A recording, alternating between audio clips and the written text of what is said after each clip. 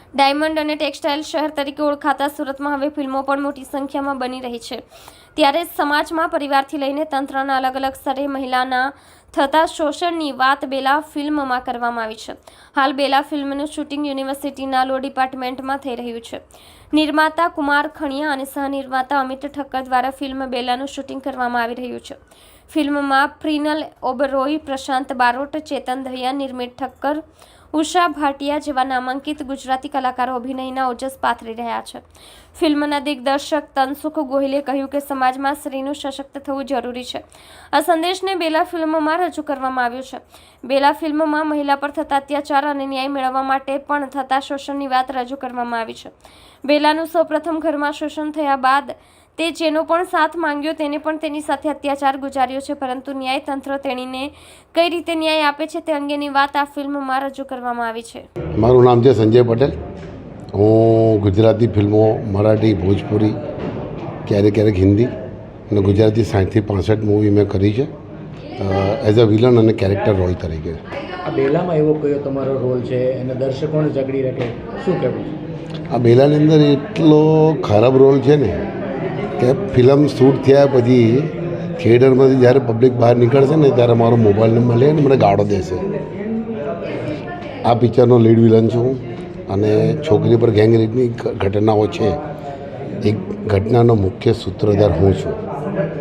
શું દર્શકોને એવી વાર્તા છે કે જકડી રાખશે અને તમે અનેક ફિલ્મો આપી છે, આ ફિલ્મમાં ખાસ એવું છે?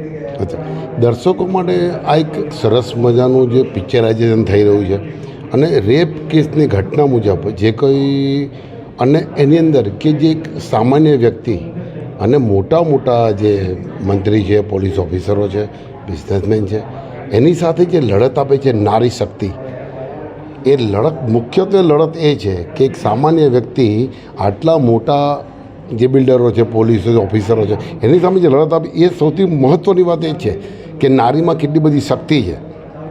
એટલા માટે એને માતા કહેવામાં આવે છે. એવું આપણે આ પિક્ચર જોયા પછી એવું નક્કી કરી શકશું કે માતામાં ઘણી બધી શક્તિ હોય છે. મારું નામ હિતેશ છે અને હું એક વિલનનું કેરેક્ટર કરું છું.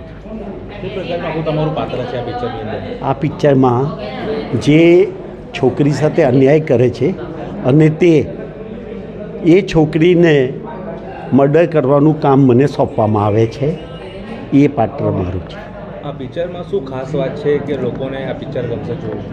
આ પિક્ચર એક લોકોને સલાહ આપશે કે એક છોકરી સાથે શું અન્યાય થાય છે અને પૈસાના માનમાં અભિમાની બનેલા પુરુષો શું કરી શકે છે ને એ લોકોએ જાગવું જોઈએ, એ બાબતનો આ અભિપ્રાય આપશે.